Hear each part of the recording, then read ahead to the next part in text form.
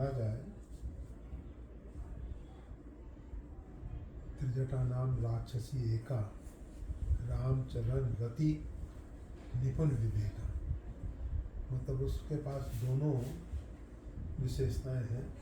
भगवान श्री राघवेंद्र के चरणों में प्रेम भी है, प्रेम के साथ साथ निपुण विवेका, सद और असद का उसको विवेक भी है। उसमें कुछ शब्द अपने आप में प्रवीण है, चतुर है।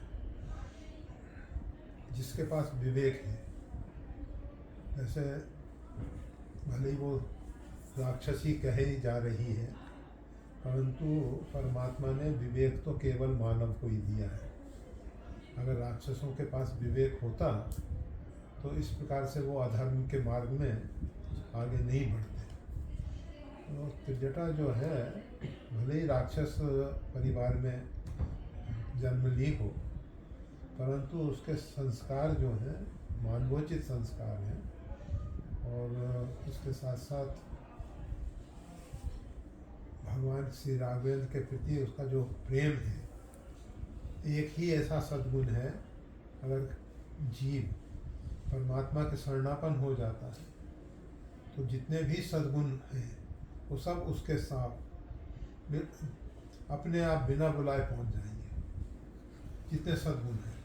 तो त्रिजटा भगवान के चरणों का आश्रय ली है, और इसीलिए भगवती आदिशक्ति सीता जगदम्बा जी के इतना निकट पहुंच गई है। नहीं तो वो राक्षसियाँ तो बहुत थी वो, परंतु किसी का भी त्रिजटा जैसा भगवती के प्रति श्रद्धा प्रेम नहीं है। जैसे विभीषण की पुत्री जो है वो नित्य प्रति वहाँ भगवती सीता जी के पास आती है। ये वृंदावन है, अशोक वाटिका वृंदावन है, अर्थात उसमें पुरुषों का प्रवेश निषिद्ध है। उसमें केवल माताएं बहनें ही जा सकती हैं, विभीषण नहीं जा सकते थे। तो केवल वहाँ हनुमान जी महाराज पहुँचे हैं, और रावण आता था, और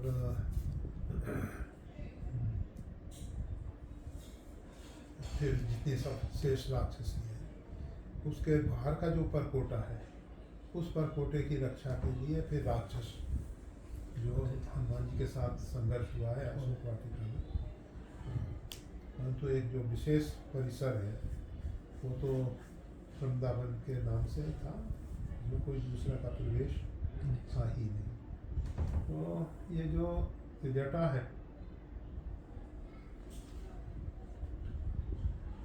भगवती सीता जी कृष्णन शीश जटा एक वेणी, उनके बालों का मिलकर एक जटा बन गई थी, वेणी।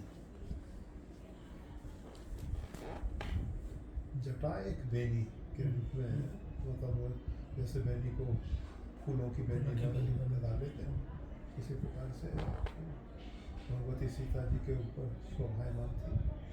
और ये जो त्रिजटा है तीनों प्रकार की, मतलब जो जीवन में ये जटा क्या है, जंजाल है। और तीन प्रकार के जंजाल जो हैं, सुतेष्णा, वितेष्णा, लोकेष्णा, इनके द्वारा हमारी बुद्धि जो है मलिन होती है। हमारा जितना भी अहंता और ममता का दायरा है वो मुख्य रूप में इधर ही, मतलब या तो सुतेष्णा के रूप में, या वितेष्णा के रूप में, या लोकेष्णा, मान प्रतिष्ठा, सम्मान। और जिसने इन तीनों को मतलब मजबूती से बट के, या स्वयं अपने आप बटी गए हैं जटा के रूप में धारण कर रखा है, वो है त्रिजटा। और वही भक्ति मार्ग में वही आदिशक्ति भगवती जगदम्बा के चरणों तक पहुंच सकता है, जो इन तीन प्रकार की ईष्णाओं से ऊपर उठा हुआ। जो इन 3 प्रकार की इष्णाओं में ग्रसित है वो तो भगवती तक पहुँच ही नहीं सकता है। तो और ये जो पूर्व जन्म की बातें हैं, पूर्व जन्म के अच्छे संस्कार तो रहे ही होंगे, ऐसा नहीं है कि नहीं रहे हों। रामायण सतकोटि अपारा, किसी के रामायण में वर्णन भी होगा कि त्रिजटा पूर्व जन्म में देखें आप? नहीं सर, हमने देखा।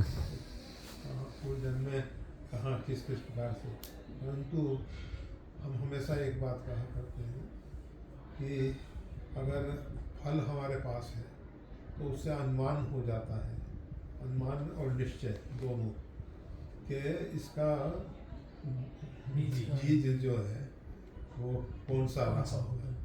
फल बताता है कि इसका बीज है, तो उसके कर्म जो हैं वो स्वाभाविक है कि